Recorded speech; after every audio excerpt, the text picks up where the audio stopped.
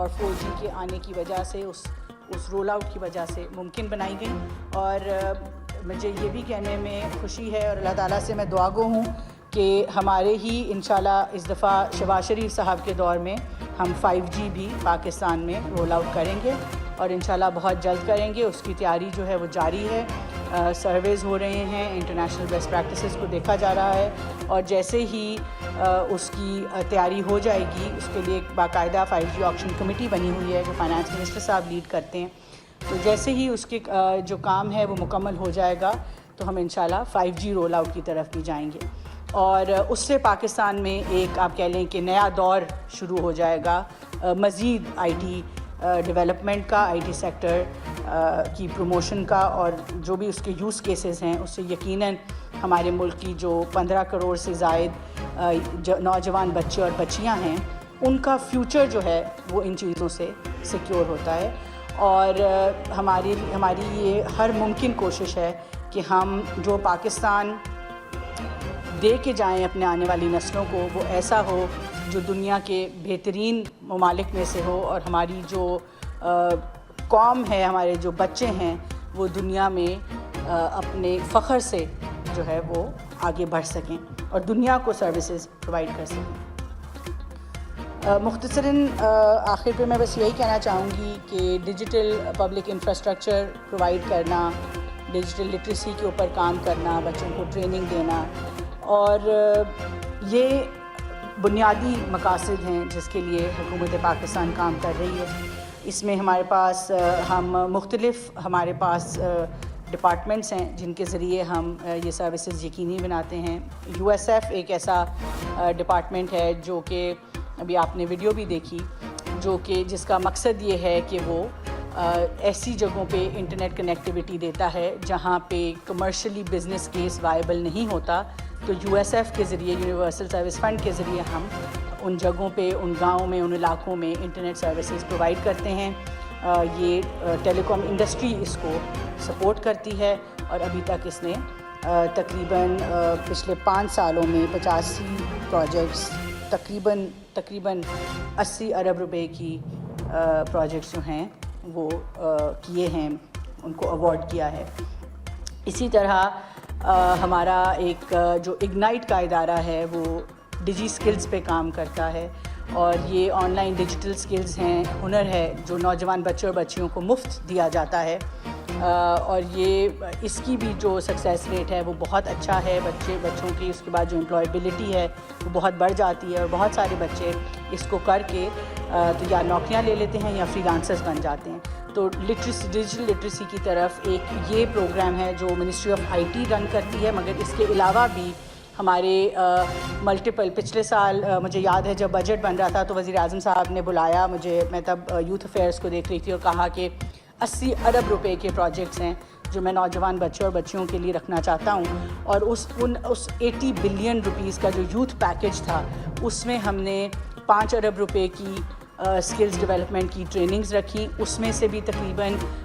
36,000 بچے جو ہیں 50,000 سے زائد بچے جو ہیں وہ اس وقت ٹرین ہو رہے ہیں, تقریباً 54,000, ان میں سے 16,000 بچے IT کی ٹریننگز لے رہے ہیں. اس کے ساتھ ساتھ ایک اور 5 ارب کا جو فنڈ ہے وہ ڈائریکٹ منسٹری آف IT کو دیا گیا, جس کے ذریعے PSEB کے ساتھ مل کے اور بچے IoT,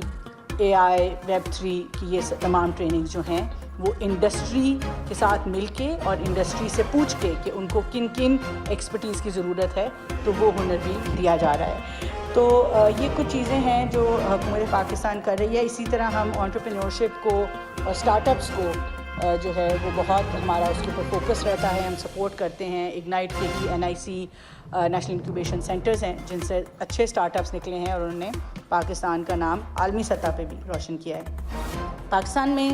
آخری میں بات کرنا چاہوں گی کہ سیلولر پینیٹریشن بہت اچھی ہے, مگر ہم اس کو بڑھانا بھی چاہتے ہیں. تقریباً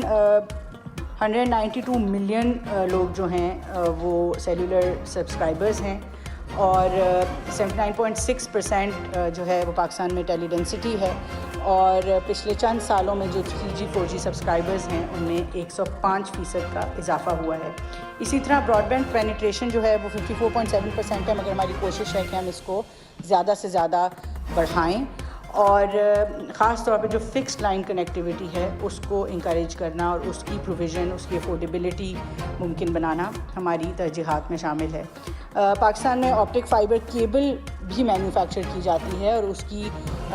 پاکستان بہت اچھی کیپیسٹی رکھتا ہے، کوالٹی وائز بھی اور کوانٹٹی وائز بھی۔ پچھلے کچھ سالوں میں ہم نے تقریباً 1,30,000 کلومیٹر فائبر جو ہے وہ ایکسپورٹ کی ہے، اور اس وقت 10,000 کلومیٹر پر منتھ کی مینوفیکچرنگ کیپیسٹی پاکستان کے پاس ہے۔ ہماری کوشش ہے کہ ہم پاکستان